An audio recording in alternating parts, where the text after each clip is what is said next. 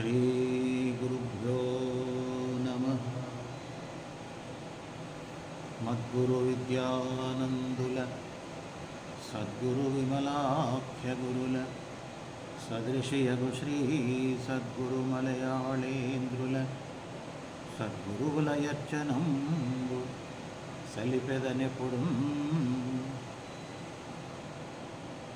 सच्चिदानन्दरूपाय सीतादेव्यात्मजाय च श्रीरामचरणायास्तु विद्यानन्दाय ते नमः। श्रुतिस्मृतिपुराणानामालयं करुणालयं नमामि भगवत्पादं शङ्करं लोकशङ्करं शङ्करं शङ्कराचार्यं केशवं बादरायणं सूत्रभाष्यकृतौ वन्दे भगवन्तौ पुनः पुनः। ईश्वरो गुरुरात्मेति मूर्तिभेदविभागिने व्योमवद्व्याप्तदेहाय दक्षिणामूर्तये नमः।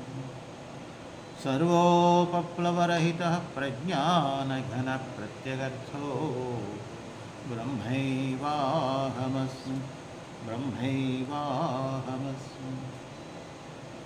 ॐ सहना भवतु सहनौ भुनक्तु सह वीर्यं करवावहै तेजस्विनावधीतमस्तु मा विद्विषावहै। ॐ शान्ति शान्ति शान्ति। శ్రీమద్ అఖండ సచ్చిదానంద స్వరూపాత్మే సమస్త దేవీ దేవతల స్వరూపంలో సమస్త ఋషీశ్వరులు మునీశ్వరులు ఈ క్షేత్ర అధిష్టాన జగదంబ సమస్త స్వామీజీలు మాతాజీలు స్తోత్ర బృంద స్వరూపంలో ఉన్న సత్ చిత్ ఆనంద చిన్మయ ఘన స్వరూప పరబ్రహ్మకు హృదయపూర్వక వందనం మందారాలు సమర్పిస్తూ ప్రియ ఆత్మబంధువులారా, భగవంతుని యొక్క దివ్య అనుగ్రహము చేత మనం అపౌరుషేయమైన వైదిక ఉపనిషత్ శుక్ల యజుర్వేదీయ ఉపనిషత్ మనం చెప్పుకుంటూ ఉన్నాం. ఈశావాస్య ఉపనిషత్. ఈ ఉపనిషత్తుకి శాంతి మంత్రము పూర్ణమద. అది అందరం కలిపి చెప్పుకుందాం. ఇంతవరకు భాష్యం ఎంత అయిందో అంతవరకు పారాయణ కూడా చేసుకుందాం. ఓం పూర్ణమద పూర్ణమిదం పూర్ణాత్ పూర్ణముదచ్యతే పూర్ణస్య పూర్ణమాదాయ పూర్ణమేవావశిష్యతే. ఓం శాంతి శాంతి శాంతి. ఈ శాంతి మంత్రం కంటే ముందు ఉన్నటువంటి ఓంకారం ప్రణవనాదాన్ని గురించి మనం వ్యాఖ్యానం సంగ్రహంగా చేసుకున్నాం. శాంతి మంత్ర వ్యాఖ్యానం కూడా మనం చేశాం. ఆ తరువాత 3 పర్యాయములు శాంతి శాంతి శాంతి అని ఎందుకు చెప్పుకుంటారు? ఆధ్యాత్మిక, ఆది భౌతిక, ఆది దైవిక తాప పరిహారార్థము 3 సార్లు శాంతి చెప్తారు అని మనం చెప్పుకున్నాం. ఆ తరువాత ఆద్య శంకరాచార్య భగవానులు విరచించినటువంటి భాష్యం కూడా కొంత చింతన చేసుకున్నాం. ఎంతవరకు మనం చింతన చేసుకున్నామో అంతవరకు మనం కలిపి పారాయణ చేసుకుందాం. ఈశావాస్యమిత్యాదయో మంత్రాః కర్మస్వనియుక్తాః తేషామకర్మశేషస్యాత్మనో యాథాత్మ్యప్రకాశకత్వాత్. యాథాత్మంచాత్మనః శుద్ధత్వపాపవిద్ధత్వైకత్వ నిత్యత్వ శరీరత్వ సర్వగతత్వాది వక్ష్యమాణం. తచ్చ కర్మణా విరుధ్యేతేతి యుక్త ఏవైషాం కర్మ స్వవినియోగ. ఏవం లక్షణమాత్మనో యాథాత్మ్యం ఉత్పాద్యం వికార్యమాప్యం సంస్కార్యం కర్తృభోక్తృరూపం వా ఏన కర్మ శేషతా స్యాత్. ఇంతవరకు మనం చింతన చేసుకున్నాం. ఆ తరువాత ఉచ్చారణ చేయండి, చెప్పండి. సర్వాసాం ఉపనిషదాం ఆత్మయాథాత్మ్య నిరూపణేనైవ ఉపక్షయాత్. ఆద్య శంకర భగవత్పాదుల వారు స్పష్టంగా చెప్పారు, ఈ మంత్రములు ఈశావాస్యోపనిషత్తులో ఉన్న మంత్రములు కర్మకాండయందు వినియోగింపబడవు. ఇది నివృత్తి లక్షణమునకు చెందినవి. ఆత్మ సంస్కార్యము కాదు, ఆప్యము కాదు అని మనం ముందు చింతన చేసుకున్నాం. ఆత్మను సంస్కరింపవలసిన అవసరం లేదు. ఎందుకని? నిత్య శుద్ధము. ప్రాతకాల ఆ విచారణలో పూజ చేసేదానికి ముందు ఆ సామగ్రిని మనము సంస్కరిస్తాం కదా, పవిత్రవా ఇత్యాది చెప్పి పుండరీకాక్ష ఇత్యాది చెప్తాం. పూజా ద్రవ్యాన్ని సంప్రోక్ష్య దేవం, అది ఫోటో కానీ విగ్రహం కానీ దాన్ని సంప్రోక్షణ చేసి సంస్కరించాలి. అంటే అది అపవిత్రంగా ఉంది అని అర్థం, అంతే కదా. సంస్కరిస్తే పవిత్రం అవుతుంది. అట్లాగే ఆత్మానంచ సంప్రోక్ష్య, అప్పుడే స్నానం చేసి మంచి వస్త్రాలు కట్టుకొని వచ్చినప్పటికి కూడా ఆ పూజా విధానంలో ఒక అంగము కాబట్టి సంస్కరించుకోవాలి తను. ఇవన్నీ సంస్కార్యములు. కానీ ఆత్మకు సంస్కారం అవసరం లేదు. ఆత్మ ఎక్కడి నుంచో తీసుకురాబడేది కాదు, ఎక్కడి నుంచో తీసుకురావాలి. ఇప్పుడు ఈరోజు ఏదో తీసుకొచ్చారు కదా, అక్కడి నుంచి ఏదో ఏమేమో తీసుకొస్తున్నారు కదా ఆ రోజు. మన దగ్గర లేనివి తీసుకొస్తున్నారు, అంతేనా? ఆ క్యాట్లే అని అనటం నాకు రాలే కొన్ని రోజులు. క్యాట్లే ఏంటి? క్యాట్లే, క్యాట్ అంటే ఏదో అర్థం కదా. మరి ఇంకా అనేక రకాలుగా వస్తువులు మన దగ్గర లేవు కాబట్టి ఇంకొక చోట నుంచి తీసుకొస్తున్నాం. అలా ఆత్మ ఇక్కడ లేదా? లేనిదైతే ఇంకొక చోట నుంచి తీసుకురావాలి కాబట్టి దాన్ని ఆప్యము అంటారు. సంస్కార్యము కాదు, ఆప్యము కాదు. అదేవిధంగా ఉత్పాద్యము కాదు. దేని చేతనైనా సరే అది ఉత్పాదన చేయబడేది కాదు, పుట్టింపబడేది కాదు. అది దేనివలన పుట్టదు, దానికి పుట్టుక లేదు, చావు లేదు. న జాయతే మ్రియతే ఇవా కదాచిత్ అని చెప్పుకున్నాం. దానికి పుట్టుక లేదు, చావు లేదు. దేనికి పుట్టుక ఉందో, చావు ఉందో అది ఆత్మ కాదు, అది భగవంతుడు కాదు. వాస్తవిక భగవంతునికి పుట్టుక లేదు, చావు లేదు, బర్త్డే లేదు, డెత్ డే లేదు. దేనికైతే బర్త్డే ఉందో దానికి తప్పనిసరిగా ఎక్స్పైర్ డేట్ ఏదంటారు కదా. కాబట్టి ఆత్మకు ఉందా? లేదు. ఆత్మకు అంటే పరబ్రహ్మకు అనే అర్థం. అలాగే అదేవిధంగా నేను అంటామే, ఆ నేనుకు కూడా లేదు, జీవుడికి కూడా పుట్టుక చావు లేదు. నా జాయతే మ్రియతే, ఆత్మకు పుట్టుక లేదు, చావు లేదు. మరేం స్వామీజీ మరి బర్త్డేలు చేస్తున్నారు, జయంతులు చేస్తున్నారు, ఆ జయంతి అంటే ఇదంతా వ్యావహారికంగా జరిగిపోతూ ఉంది. ఆయన ఇప్పుడు ఈ శరీరం విడిచిపెట్టిన తర్వాత కూడా పిండ ప్రదానాలు చేస్తున్నారా లేదా? మరి ఆత్మ ఉందని చేస్తున్నారా, లేదని చేస్తున్నారా? లేకపోతే ఎవరికి పోతుంది ఇదంతా చేసిందంతా కూడా? కదా, ఉంది కదా. దానికి అనేక ప్రమాణాలు ఉన్నాయి. శరీరం విడిచిపెట్టిన తర్వాత కూడా ఒక 11 రోజులు ఆ జీవ చైతన్యము తిరుగుతూ ఉంది. అది ఎప్పుడు ముక్తమవుతుంది అంటే అంతఃకరణమైనటువంటి ఉపాధి ఉన్నంత వరకు జన్మలు తప్ప. ఈ స్థూల శరీరాన్ని విడిచిపెట్టినంత మాత్రం చేత, ఆత్మహత్యలు చేసుకున్నంత మాత్రం చేత ముక్తుడవడు. కనుక ఆత్మహత్య అని ఎప్పుడు కూడా భావించరాదు. ఆత్మహత్య మహాపాపం. అలాంటి పనులు ఎప్పుడు చేసుకోకూడదు. అజ్ఞానులు చేసుకుంటారు అలా, ఇంకా బాధల్లో పడిపోతారు. ఇప్పుడు ఉండే బాధల్ని తట్టుకోవడానికి ఇక్కడి నుంచి సుఖంగా ఉంటుంది శరీరం విడిచిపెడితే అనుకుంటారు. కానీ అది ఆత్మహత్య మహాపాపము. భూతప్రేత పిశాచాలు అయిన తర్వాత వాటికి ఈ అవకాశం రాదు. ప్రస్థానత్రయ భాష్యం వినాలనేటువంటి కుతూహలం ఉన్నప్పటికీ రాలేరు. ఎందుకని?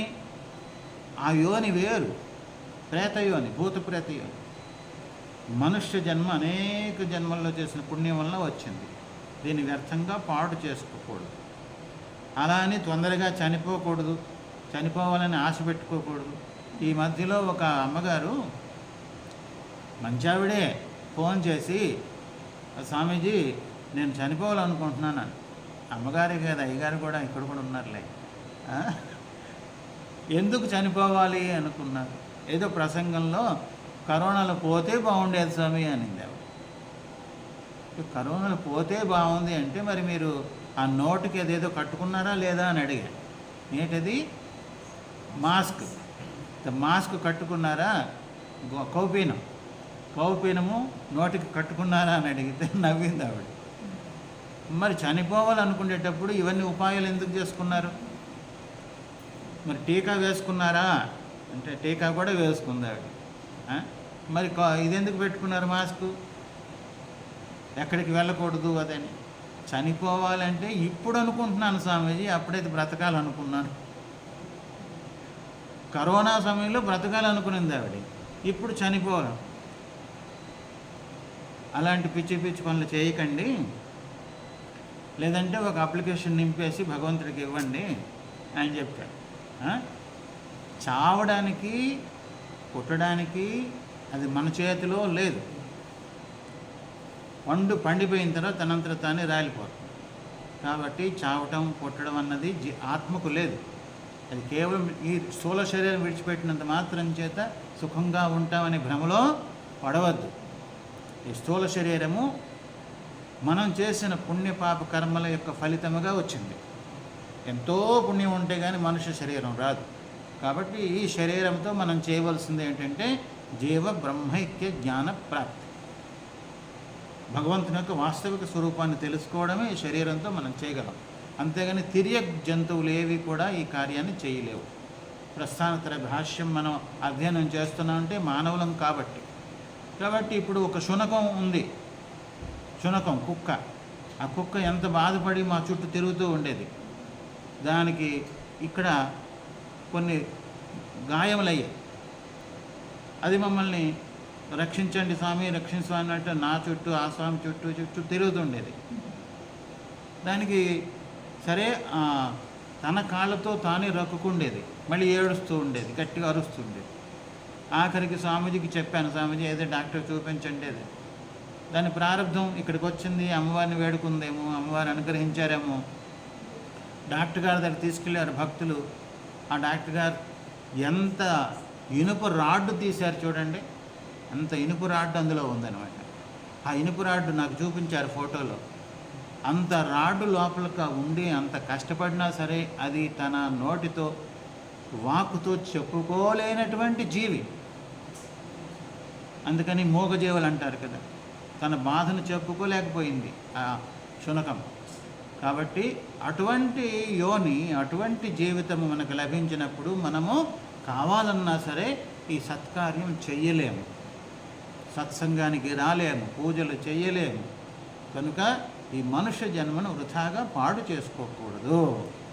భగవంతుని ఏం వేడుకోవాలంటే ఎంత కష్టం వచ్చినా సరే సహించుకునే శక్తినివ్వండి, హే పరమేశ్వర, హే జగదంబ అని ప్రార్థించాలే కానీ నాకు కష్టాలు రాకుండా ఉండాలనే ప్రార్థన చేసుకోకూడదు. కష్టాలు వస్తేనే మనకి బుద్ధి వికసిస్తుందన్నమాట. ఆ సమస్యలను పరిష్కారం చేయడానికి ఏం చెయ్యాలి ఆ విధంగా ఆలోచిస్తాం. లేకపోతే సోమరిపోతులం అయిపోతాం అనమాట. బుద్ధి ఆలోచించదు ఇంకా సమస్యలు లేకపోతే. అందుకని కుంతీదేవి ఏం చెప్పింది, నిరంతరము విపదస్సంతు న శాశ్వతని, నిరంతరము నాకు ఆపత్తి విపత్తులు రావాలి అని కోరుకున్నాను. కృష్ణుడు అన్నాడు, ఆ విధమైనటువంటి వరదానం నేను ఇవ్వలేను అత్త, ఆ విధమైన వరదానం నేను ఇవ్వలేను. అంటే విపత్తి ఎందుకు కోరుకుంది అంటే, విపత్తి వచ్చినప్పుడే పరమేశ్వరుని యొక్క స్మరణ జరుగుతుంది ఎక్కువగా కదా. సుఖంగా హాయిగా ఉంటే మా బంధువులు వచ్చారు, మా మిత్రులు వచ్చారు, ఇలా పోతుంది. దుఃఖంగా ఉండేటప్పుడు సంకటమే వెంకటరమణగా ధ్యానం అవుతాయి. సంకటాలు వస్తే అప్పుడు వెంకటరమణుడు అంటే భగవంతుడు, హే కృష్ణ, హే రామ్, హే మయ్యా, అమ్మ నన్ను రక్షించు, తల్లి నీవే నాకు దిక్కు అని అంటాం. కాబట్టి విపత్తులు మన మేలు కోసమే అని మనం గ్రహించగలిగితే సుఖంగా ఉండగలుగుతాం. మనం విపత్తులలో మనం ఏం చేస్తాము, విపత్తులలో కష్టకాలంలో మన పాపం నశించిపోతూ ఉంది. మరి సంతోషంగా ఉండేటప్పుడు సుఖం పుణ్యం నశించిపోతుంది. కాబట్టి విపత్తులను చూసి బెడిసిపోకూడదు, సమస్యలను చూసి ఆధారపడకూడదు. కాబట్టి అది జ్ఞాపకం పెట్టుకోండి. ఆత్మకు పుట్టుక లేదు, చావు లేదు. అందుచేత ఈ సమస్త ఉపనిషత్తుల యొక్క తాత్పర్యం అంటే, సర్వాసాం ఉపనిషదాం ఆత్మ యాథాత్మ్య నిరూపణేనైవ ఉపక్షయ. సమస్త ఉపనిషత్తులు మనం చెప్పుకున్నాం చూడండి, ఎన్ని ఉపనిషత్తులు, 1180 ఉపనిషత్తుల యొక్క సారం కూడా ఏమి, ఆత్మ యొక్క యథార్థ స్వరూపాన్ని తెలియచేయడమే. ఆత్మ నిత్య శుద్ధ బుద్ధ ముక్త స్వరూపం. గీతానాం మోక్షధర్మాణం చైవం పరత్వాత్.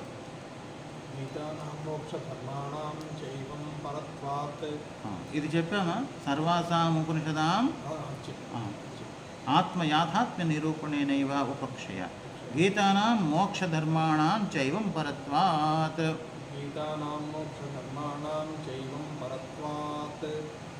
అద్భుతమైన ఒక వాక్యము ఆది శంకరాచార్యుల వారు ఇక్కడ భాష్యంలో, ఈశావాస్య ఉపనిషత్తు భాష్యంలో చెప్పారు. చాలామంది భగవద్గీత కర్మకాండనే చెప్తూ ఉంది. కురు కర్మైవ తస్మాత్వం. అర్జునుడికి శ్రీకృష్ణుడు ఇదే సారాంశం చెప్పాడు చివరిలో. అందుకనే అర్జునుడు యుద్ధం చేశాడు అని చాలామంది అంటారు. కర్మయే దీని యొక్క సారము అని అంటారు. భగవద్గీత దేన్ని చెప్తుంది? కర్మకాండని చెప్తుంది, కర్మనే చెప్తుంది అని కొందరు అంటారు. కొందరేమంటారు? భక్తి భక్తి మత్కర్మ మత్పరమో మద్భక్త సంగవర్జిత ఇత్యాది భక్తినే చెప్తుంది.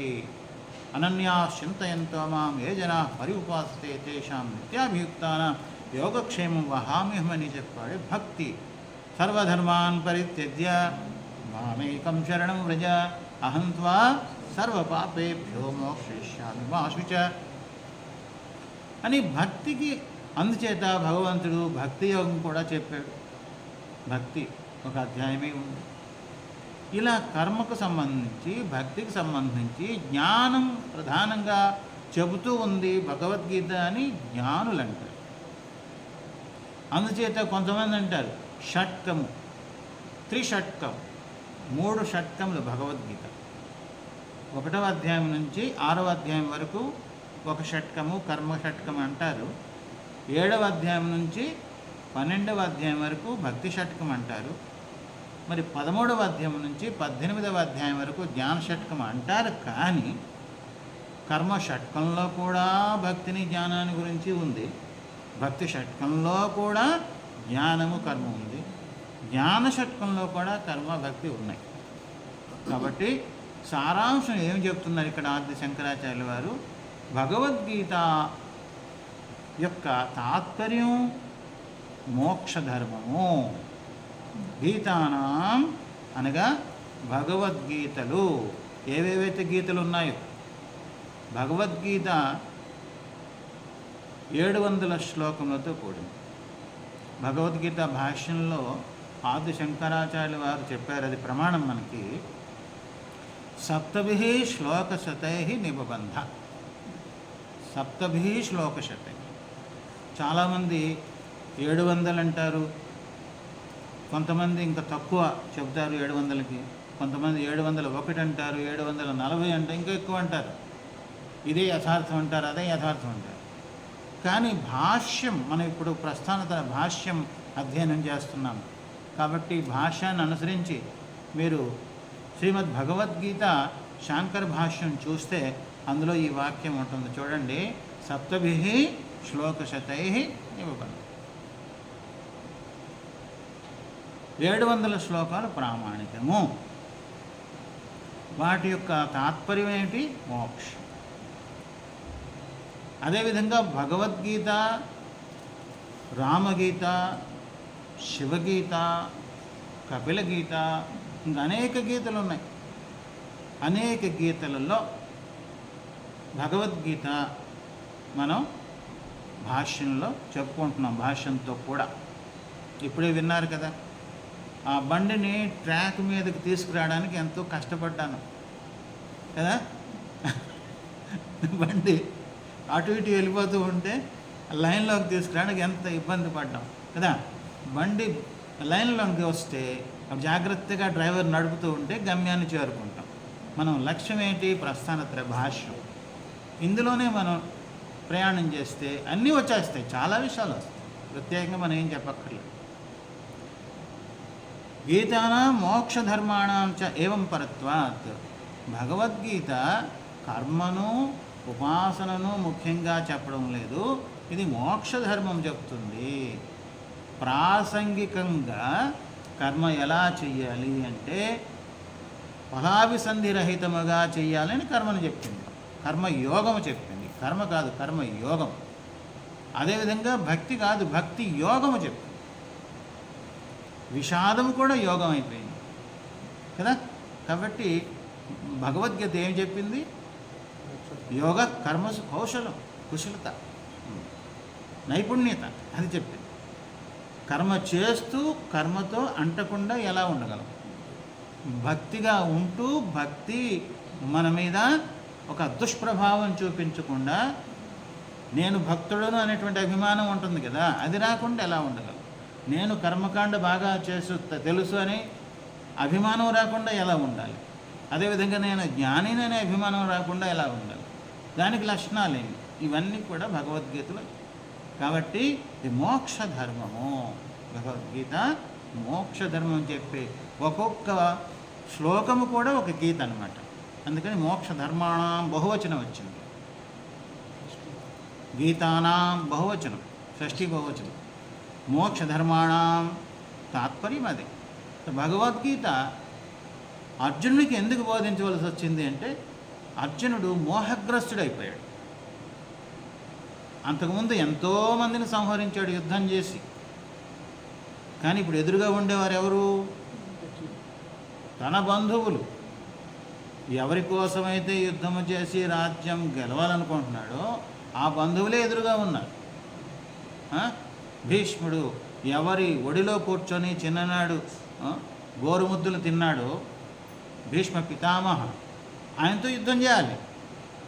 ఎవరైతే అర్జునుడికి మించినటువంటి విలువిద్యలో ఉండకూడదు అని ఆ ద్రోణాచార్యుల వారు మాట ఇచ్చారో అటువంటి ద్రోణాచార్యులతో యుద్ధం చేయాలి. అందుకని వారి ముందు తీసుకెళ్ళి శ్రీకృష్ణుడు రథం నిలబెట్టి.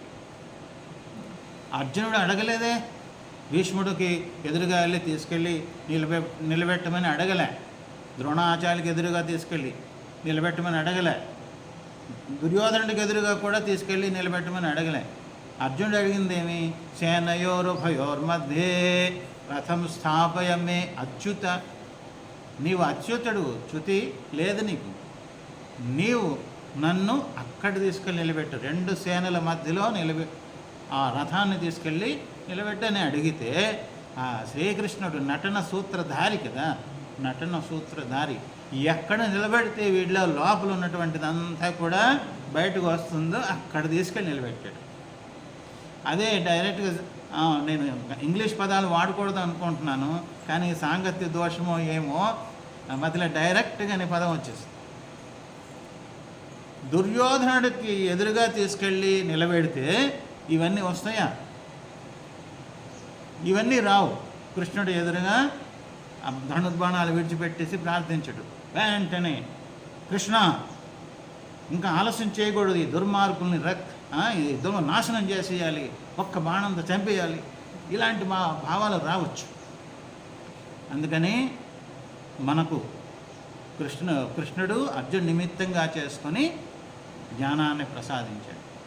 పార్థాయ ప్రతిబోధితాం భగవత నారాయణేన స్వయం వ్యాసేన గ్రథితాం పురాణమునినా మధ్యే మహాభారతం అద్వైతామృతవర్షిణీం భగవతీమష్టాదశాధ్యాయినీం అంబ త్వాం అనుసందధామి భగవద్గీతే భగవద్వేషిణీమని ప్రార్థనా శ్లోకం, ధ్యాన శ్లోకం చెప్తారు.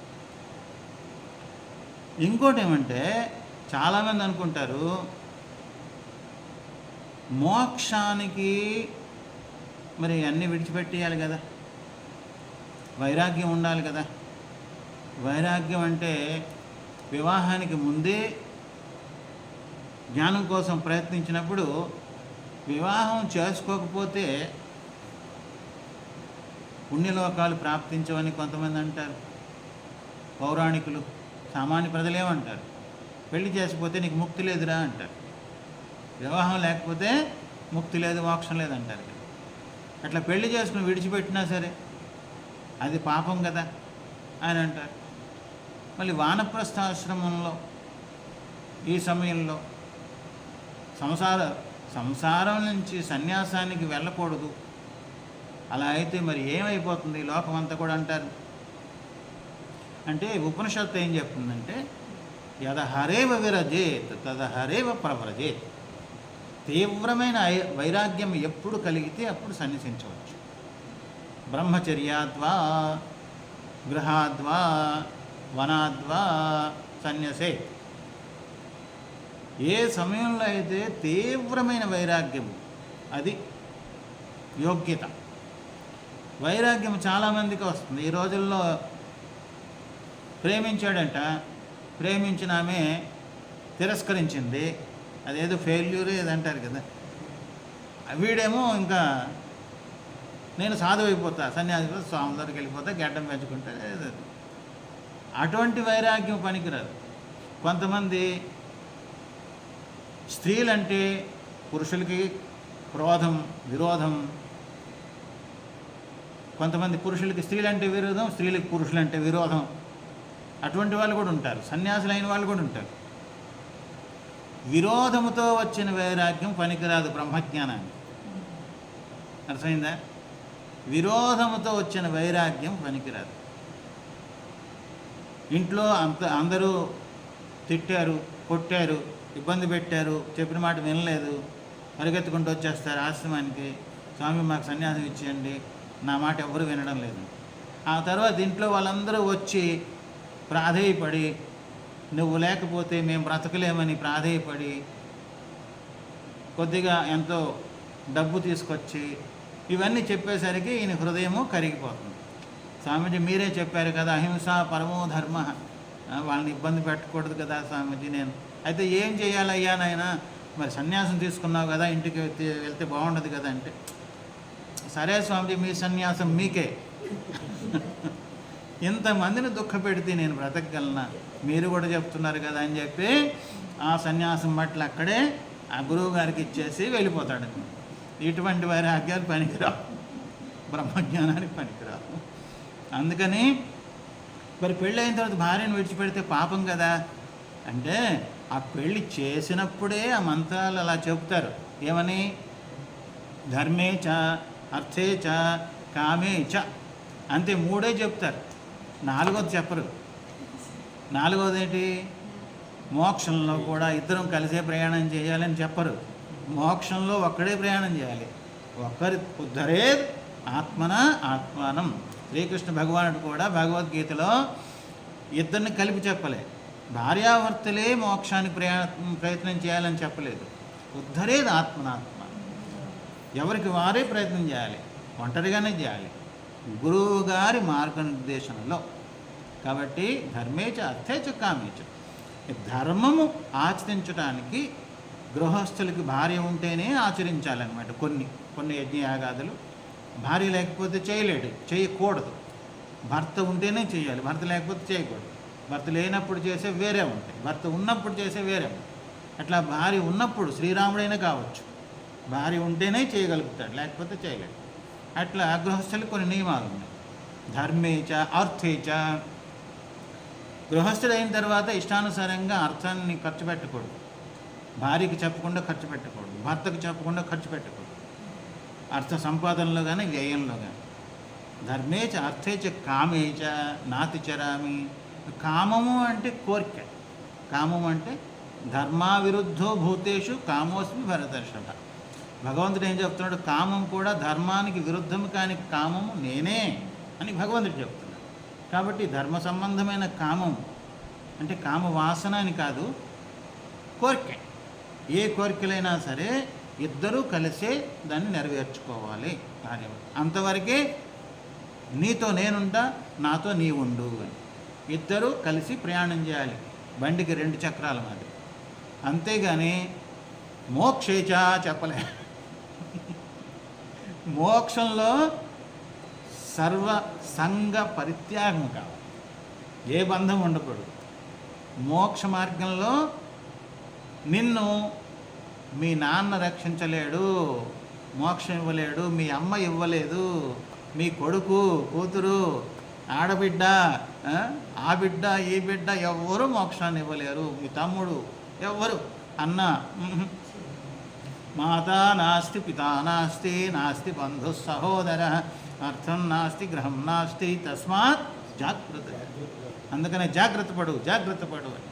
కాబట్టి మోక్షంలో మాత్రము ఏ భార్య అక్కర్లేదు, ఎవరు అక్కర్లేదు, నీకు నువ్వే జాగ్రత్త పడాలి. అందుకని గీతాన మోక్షధర్మాణంచ ఏవం పరత్వాత్ అంటే ఏవం ఈ విధముగా సమస్త ఉపనిషత్తులు ఏ విధంగా అయితే ఆత్మయాథాత్మ్యాన్ని తెలియజెప్తున్నాయో అదేవిధంగా గీతలో ఉన్నటువంటి సమస్త శ్లోకాలు, ఆ మంత్రాలు ఇవన్నీ కూడా మోక్షాన్ని పరమ పురుషార్థంగా చెప్తూ ఉన్నాయి. తస్మాత్ ఆత్మనో అనేకత్వ కర్తృత్వ భోక్తృత్వాది చ అశుద్ధత్వ పాపవిద్ధత్వాది చ ఉపాదాయ లోకబుద్ధి సిద్ధం కర్మాణి విహితాని.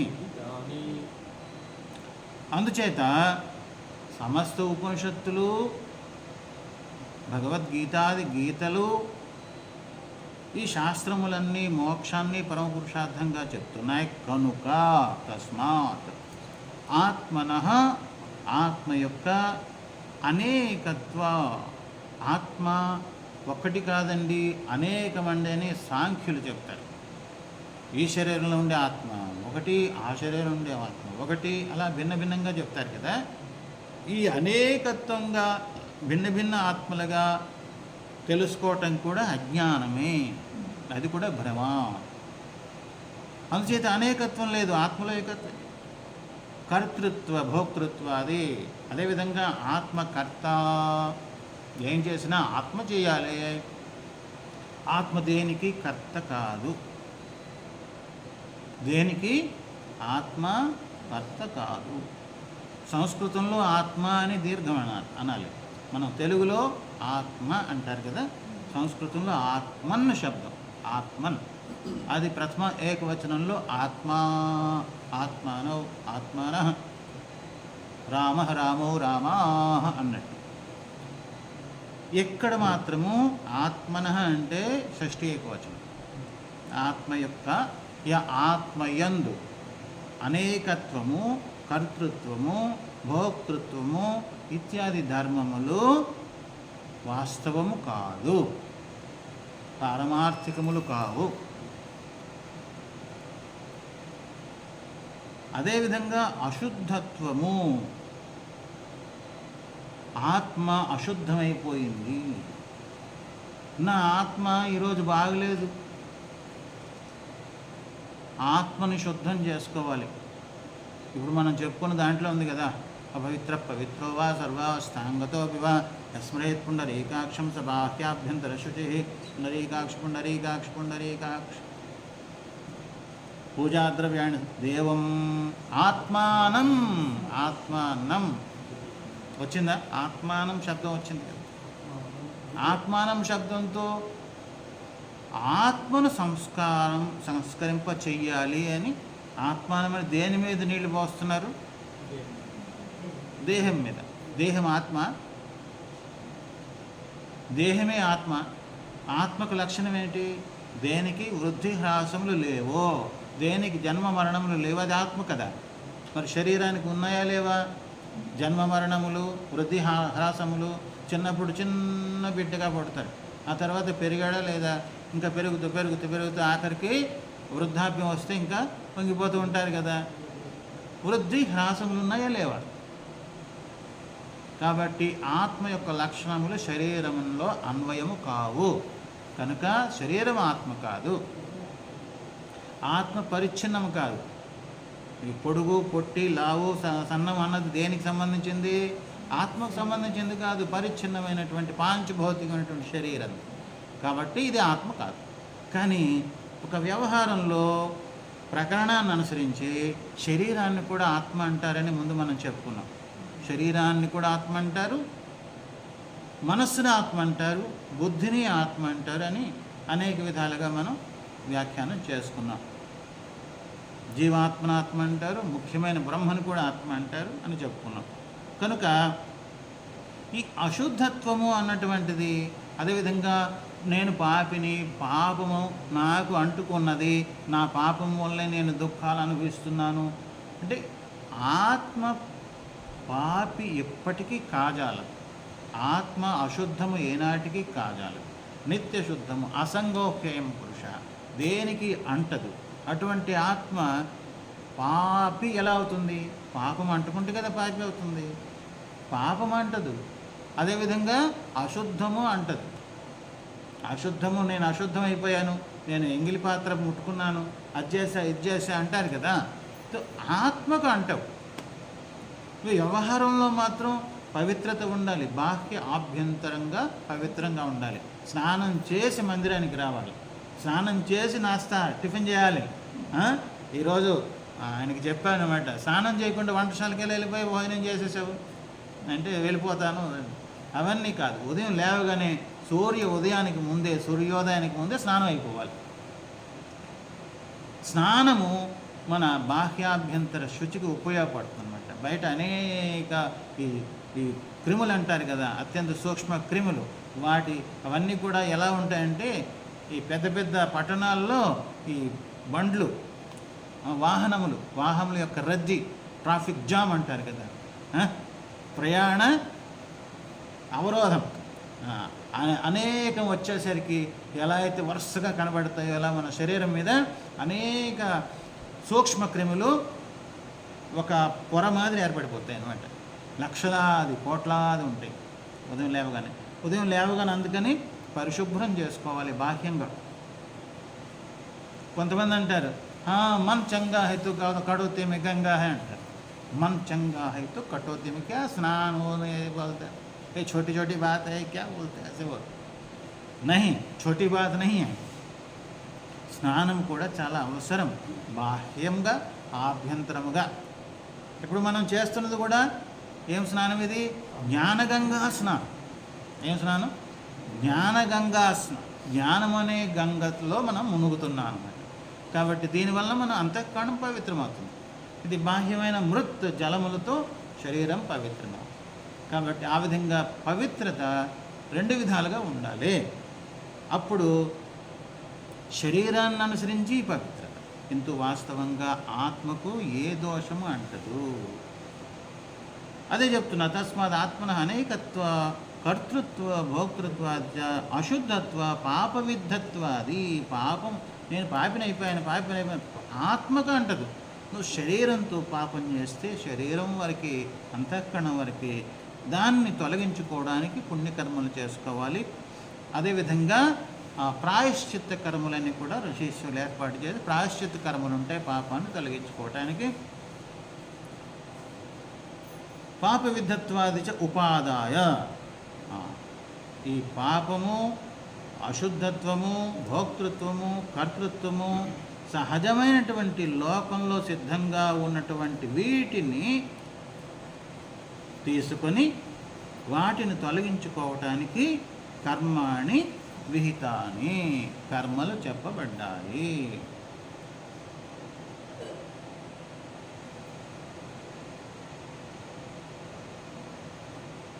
యోహి కర్మఫలేనార్థీ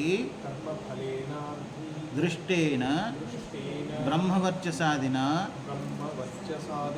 అదృష్టేన స్వర్గాదినా చ విజాతిరహం న కాణకుబ్జత్వాద్యనధికార ప్రయోజక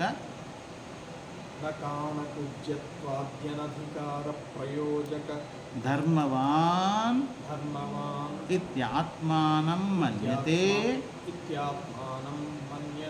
సోధిక్రియతే కర్మస్వితి అధికారవిదో వదంతి.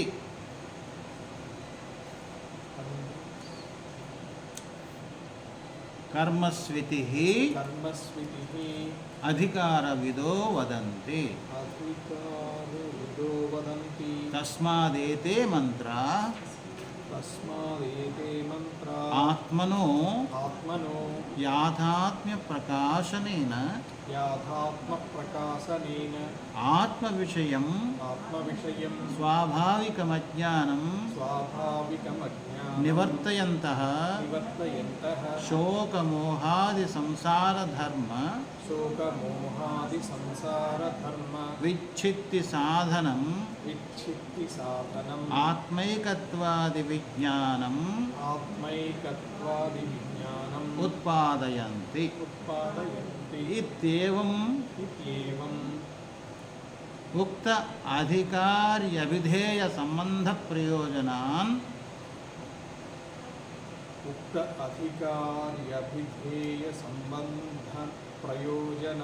ప్రయోజనాన్ మంత్రాన్ సంక్షేపతో వ్యాఖ్యాస్యామః.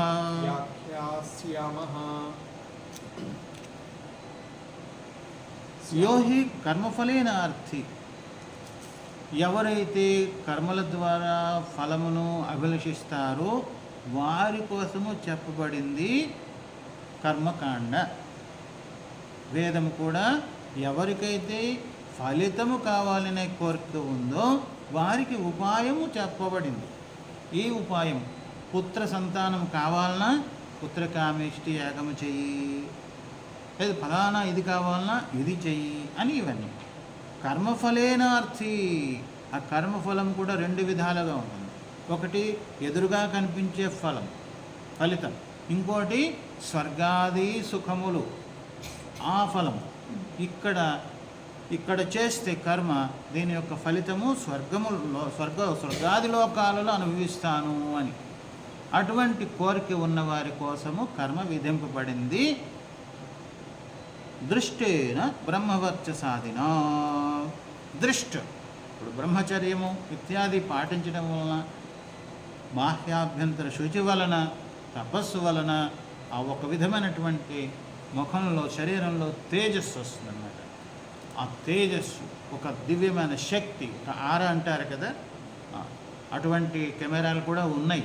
ఒకసారి ఓంకారేశ్వరం శ్రీ మార్కండేయ సన్యాసాశ్రమం ప్రతిష్ట చేసినటువంటి వారైన పూజ్యశ్రీ మా విద్యాగురువులు వారి దగ్గర ప్రస్థానత్రయం నేను అధ్యయనం చేశాను, భాష్యం.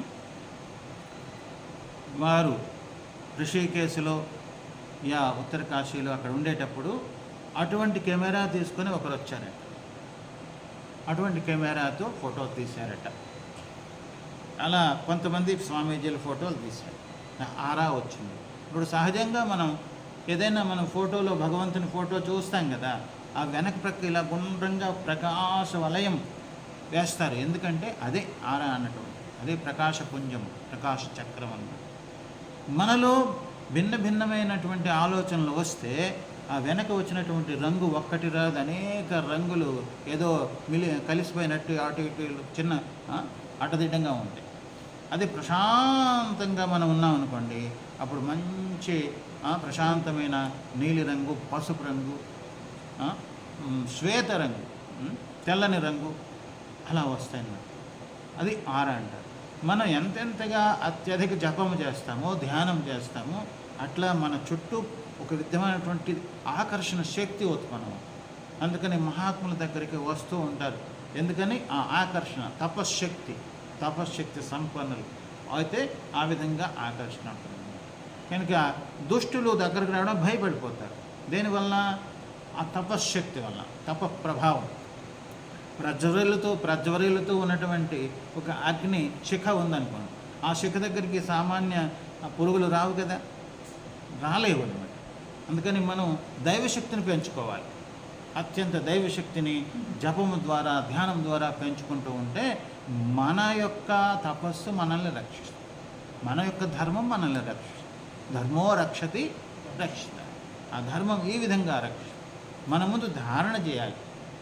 అది ముఖ్యార్థమేమో ధర్మం అంటే ఆత్మయే. అందరినీ ధరించేదేది ఆత్మయే. ఆ ఆత్మ అన్నటువంటిది వాస్తవంగా పాపముతో లేపాయమానం కాదు, అది పుట్టదు, చావదు, అది ఒక్క బ్రహ్మ మాత్రమే. అదే ధర్మము, అదే మన నిజస్వరూపము, ధర్మస్వరూపమే మనం. లౌకికంగా వ్యావహారికంగా ధర్మాన్ని ధారించాలి అని, ఎవరెవరు ఏ ఆశ్రమంలో ఉంటే ఆ ధర్మాన్ని ధరించాలి అని లౌకికమైనటువంటి వ్యాఖ్యానం. కానీ వాస్తవంగా అందరినీ, సమస్త బ్రహ్మాండాలని, చతుర్దశ భువనాల్ని ధరించేది ఆత్మ.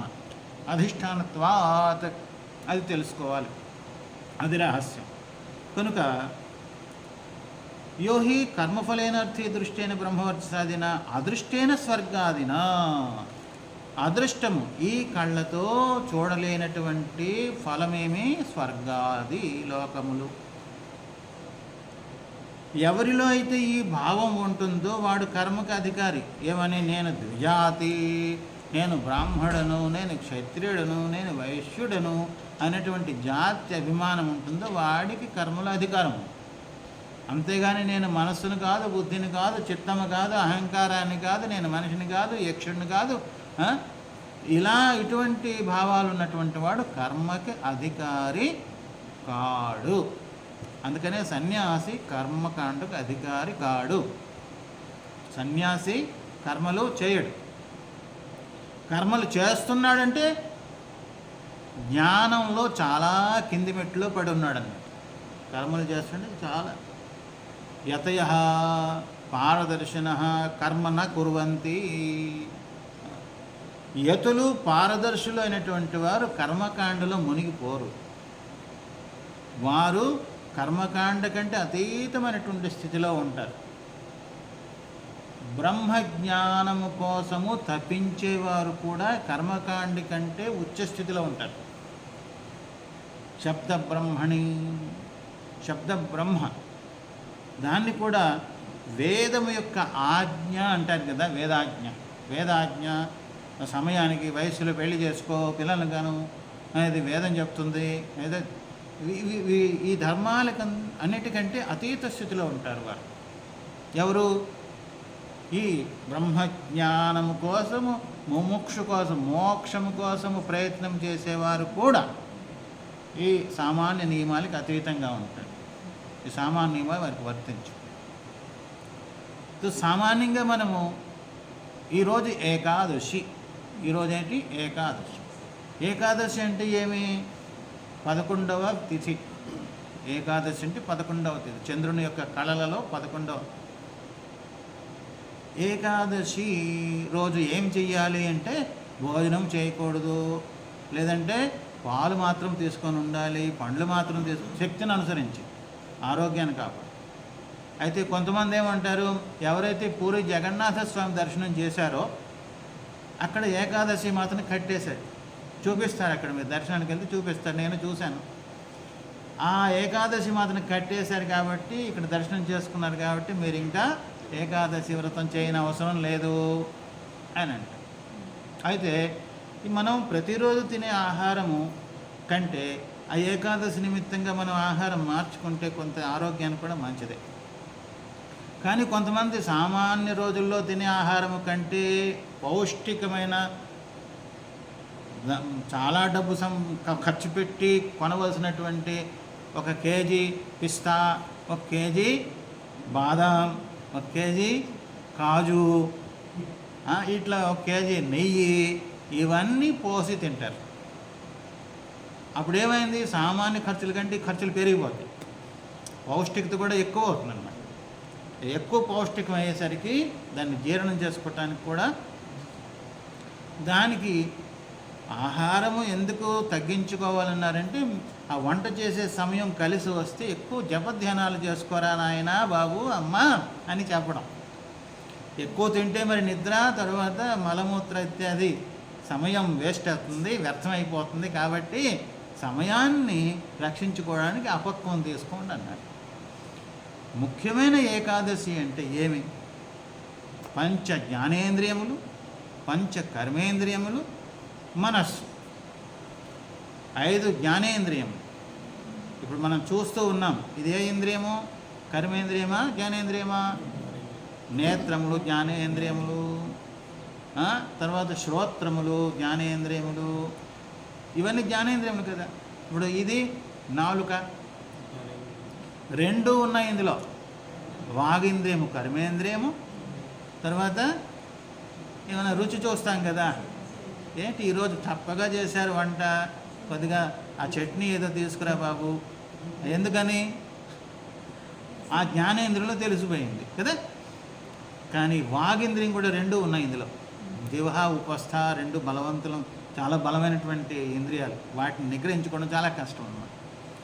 జిహ్వోపస్థ విషయములు లేవి గలవో అని చెప్తారు కదా. అదేవిధంగా స్పర్శ, వేడిగా ఉందా చల్లగా ఉందా, ఈ స్పర్శ, ఇది కూడా జ్ఞానేంద్రియం.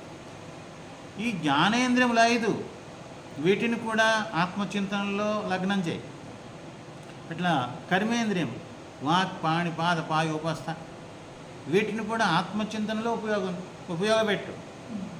మనస్సును కూడా ఆ దివ్య చైతన్యము, భగవంతుడు దివ్య చైతన్యములో ఏకాగ్రం చేయి. ఇది ఏకాదశి యొక్క అర్థం. అది ముఖ్యమైనటువంటి అర్థం. 5 జ్ఞానేంద్రియములను, 5 కర్మేంద్రియములను, మనస్సును కూడా ఏకం సత్, ఆ సత్తులో సమన్వయం చేసుకుంటూ ఇంద్రియాల ద్వారా, మనస్సు ద్వారా కేవలం ఆత్మచింతన మాత్రమే చేసే దశ, ఆ దశ ఏదైతే ఉందో అది ఏకాదశి. అది ముఖ్యమైన ఏకాదశి. మన సంప్రదాయం అంటే ఈ మలయాళ స్వాముల వారి ఈ గురు పరంపరలో మనం ఉన్నాం కదా. మా గురుదేవులు పూజ్యశ్రీ విద్యానంద స్వాముల వారు, వారి గురుదేవులు సద్గురు మహర్షి మలయాళ స్వాముల వారు, వారి గురుదేవులు సిద్ధ శివలింగ గురుదేవులు, వారి గురుదేవులు నారాయణ గురుదేవులు. నారాయణ గురుదేవులు ఒక శ్లోకం రచించారన్నమాట. ఏమని? అద్యాష్టమేతి నవమేతి చతుర్దశేతి జ్యోతిష్కవాచోపవసంతి భక్త్యా శృతేస్తత్వమసీతి వాక్యం న విశ్వసంత్యద్భుతమేతదేవ. ఏంటి దీని అర్థం? ఈరోజు ఏకాదశి అంటే దాన్ని పట్టించుకొని ఏమేమో ఇది వైష్ణవుల ఏకాదశి, ఇది స్మార్తుల ఏకాదశి, ఇది అది ఏకాదశి ఎన్ని గంటలకు ఉంది, సూర్యోదయంలో ఉందా లేదా, రాత్రికి ఉందా లేదా, పగలకుందా లేదా, ఇవన్నీ ఇది పట్టించుకుంటారు. కానీ శృతి భగవతి చెప్తూ ఉంది, నీవు బ్రహ్మవు తత్వమసి అంటే దాన్ని విశ్వసించరు. పరమ ప్రమాణం కదా శృతి, వేదం, ఉపనిషత్తులు, దాన్ని విశ్వసించరు. కానీ ఏకాదశిని పట్టుకుంటారు, దాన్ని విశ్వసిస్తారు. ఈరోజు అష్టమి, ఈరోజు అనధ్యయనము, అష్టమిలో కష్టాలు వస్తాయి, మంచి కార్యాలు చేయకూడదు అంటారు. ఈ అష్టమిని పట్టుకుంటారు. కానీ శృతి చెప్తూ ఉంది నీవు తత్వమసి, నీవు బ్రహ్మస్వరూపం అంటే దాన్ని విశ్వాసంగా అర్థం చేసుకోవడం లేదు. అద్యాష్టమీతి నవమీతి చతుర్దశీతి, ఈరోజు చతుర్దశి, ఆ చతుర్దశి కాబట్టి ఈరోజు ఈ కార్యం చేయాలి, ఇది చేయాలి, దీన్ని పట్టించుకుంటారు. కానీ ఉపనిషత్తులు ఏం చెప్తున్నాయి? నీవు బ్రహ్మవు, నీవే అని ఉపనిషత్తు పరమ ప్రమాణమైనటువంటి వేదమే చెప్తుంటే దాన్ని ఎందుకు పట్టుకోవడం లేదు? దాన్ని ఎందుకు ధరించడం లేదు? ఎంత చక్కని శ్లోకం కదండి అది. అది విన్నప్పుడు దర్శనమాల అని పూజ్య శ్రీ పరబ్రహ్మానంద గిరి స్వాముల వారని శ్రీకాళహస్తిలో, అదేవిధంగా చిత్తూరులో ఉన్నారు ఇప్పుడు. వారు మలయాళ స్వాముల వారి జన్మస్థలమైనటువంటి ఎన్గండ్యూరులో ఆ ఆశ్రమాన్ని కూడా నడిపించారు, అభివృద్ధి చేశారు. వారు దానికి తెలుగు చేశారు, తెలుగు అనువాదం చేశారు. దానికి అభిప్రాయం రాయండి స్వామి నాకు పంపించారు. పంపిస్తే ఎప్పుడో రాశాను, అభిప్రాయం రాశాను. వ్యాసాశ్రమంలో అది ఉపలబ్ధం అవుతుందన్నమాట, దర్శనమాల అన్నటువంటి. ఆ విధంగా మనం లౌకికమైనటువంటి వ్యవహారాలు, ఈ నియమాలు మళ్ళీ గట్టిగా పట్టుకుంటారు. కానీ ఆ శృతి భగవతి చెప్తూ ఉంది, ఉపనిషత్తు చెప్తుంది, నీవు బ్రహ్మవే, నీవు పురుషుడు కాదు, స్త్రీవు కాదు, షండు అనగా నపుంసకుడు కాదు, నీవు ఆత్మస్వరూపం అని చెప్తూ ఉంటే దీన్ని ఎందుకు అర్థం చేసుకోవటం లేదు బాబు, ఎందుకు అర్థం చేసుకోవు అని ఆ మహాపురుషులు ఆవేదనతో చెప్తున్నారు. మనం దాన్ని ఆవేదన అర్థం చేసుకోవాలి. మన అంతఃకరణం ఎంత శుద్ధం అవుతూ ఉంటే అంతకంతకి మనం జ్ఞాన వాక్యాల్ని అర్థం చేసుకోగలం. అంతఃకరణం శుద్ధం లేకపోతే జ్ఞానం పట్టదు, అర్థం కాదు. అందుచేత ఇటువంటి భాష్యం మనం అధ్యయనం చేయాలి. కేవలం వినడమే కాదు, ఆ తరువాత కూడా మననం చేయాలి. దానికి సమయాన్ని కేటాయించి మననం చేయండి. స్వర్గాదిన ఎవరికైతే ఈ విధంగా కోరికలు ఉంటాయో, ఈ లోకంలో మంచి బ్రహ్మవర్చస్సు కావాలి ఇత్యాది, అదేవిధంగా స్వర్గాది సుఖాలు నాకు కావాలనే కోరికలు ఉంటాయో, నేను ద్విజాతి, నేను బ్రాహ్మణుడును, నేను క్షత్రియుడిని అనేటువంటి అభిమానాలు ఉంటాయో, అటువంటి వాడికే కర్మ విధింపబడింది, వాడికి కర్మ. అదేవిధంగా నేను కాణ కుబ్జ, కొంతమందికి కళ్ళు ఉండవు, నేను అంధుడిని, నేను పొట్టిగా ఉన్నాను, నా కాళ్ళు చేతులు ఇలా వంకర తిరిగి ఉన్నాయి, కుబ్జ. ఇటువంటి ధర్మాలు ఉన్నటువంటి వాడు వైదిక కర్మకు అధికారి కాడు. కాణ కుబ్జత్వాది అనధికార ప్రయోజక ధర్మవా నా అనధికారం, ఆ వైదిక కర్మకి అధికారి కాదు. గుడ్డి, కుంటి ఇటువంటి వాళ్ళు అధికారులు.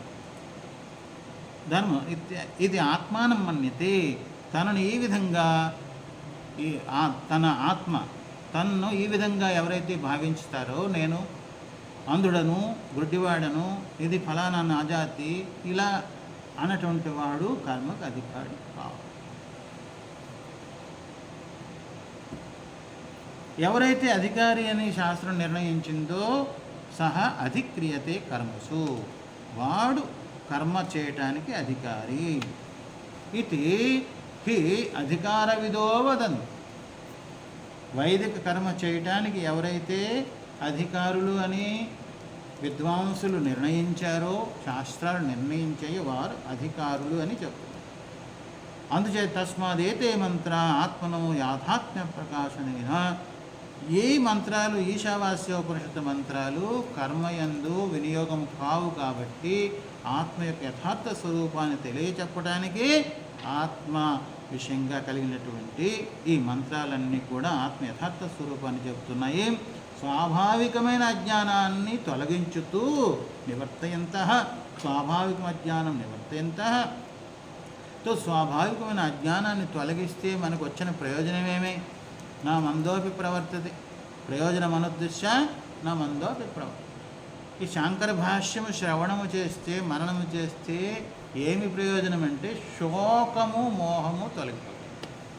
అర్జునుడికి వచ్చిన కష్టము, నష్టము, ఇవన్నీ బాధ, ఏడ్పు దేని వలన వచ్చిందంటే మోహము వలన. నా గురువులు, నా తండ్రులు, నా మామలు, ఈ మోహము వలన వచ్చింది. దానివల్ల శోకం వచ్చింది. మనసులో దుఃఖమైన శోకం అంటారు. శోకం అన్నది మనసులో ఉంటుంది. మనసు యొక్క ధర్మము శోకమోహము. షడోర్ములు అని వినే ఉంటారు మీరు. షడోర్ములని 6 రకాలు. జన్మము, మరణము, శరీరం యొక్క ధర్మం, పుట్టడం, చావడం, ఇది జన్మ మృత్యు. అదేవిధంగా ఆకలి దప్పిక ఈ రెండు కూడా ప్రాణధర్మం. ప్రాణములు ఎంతవరకు ఉంటే అంతవరకే మనకి ఆకలి దప్పిక. ప్రాణాలు పోయిన తర్వాత శవానికి ఉంటుంది ఆకలి? అడగదు కదా. అప్పుడు 11 అయిపోయింది, 11:30 అయిపోయింది అని శవం పిలవదు కదా. ఆ టీ తీసుకురా, టిఫిన్ తీసుకురా, ఉపాహారం తీసుకురా పిలవదు. పిలుస్తుందా? అలా పడే ఉంటుంది శవం, మురద. ఆ ప్రాణము ఉన్నంత వరకే ఆకలి దప్పిక కదా. ఆకలి దప్పిక ఈ రెండు ధర్మాలు ప్రాణములవి. జన్మ మరణములు శరీర ధర్మాలు. ఇది శోకమోహములు అన్నీ ఉన్నాయి. ధనం ఉంది, పిల్లలు ఉన్నారు, ఐశ్వర్యం ఉంది, బిల్డింగ్ ఉంది, కంపెనీలు అన్నీ ఉన్నాయి. కానీ మానసిక దుఃఖం అన్నటువంటిది ఒకటి ఉంటుంది. ఆ మనస్సు ఏదో బాగలేదండి, చాలా బాధపడుతున్నాను, అది ఇది అని. మనసులో ఉండే దుఃఖాన్ని ఏమంటారు? ఆది. ఆది అంటారు. శరీరానికి వచ్చిన రోగము వ్యాధి. శరీరానికి వచ్చే రోగాల్ని వ్యాధి అంటారు. మనసుకు వచ్చినటువంటి ఏది ఆది అంటారు. అందుచేత ఆది వ్యాధి. ఆది వ్యాధులు అంటారు కదా. శరీరానికి వచ్చినటువంటి ఈ రోగాలు ఉన్నాయే వీటిని వ్యాధులు అంటారు. మనస్సుకు వచ్చినటువంటి శోకాదులు, ఈ శోకం ఇవన్నీ ఉన్నాయి కదా, వీటిని ఆది అంటారు. శరీరానికి వచ్చిన వ్యాధి అంటారు. ఆది వ్యాధులు రెండూ పోవాలి. దానికోసము శరీరాన్ని కూడా జాగ్రత్తగా చూద్దాం. ఆ శరీరం ఏమిటంటే ధర్మాన్ని పాటించడానికి ఇది ముఖ్యమైన సాధనం.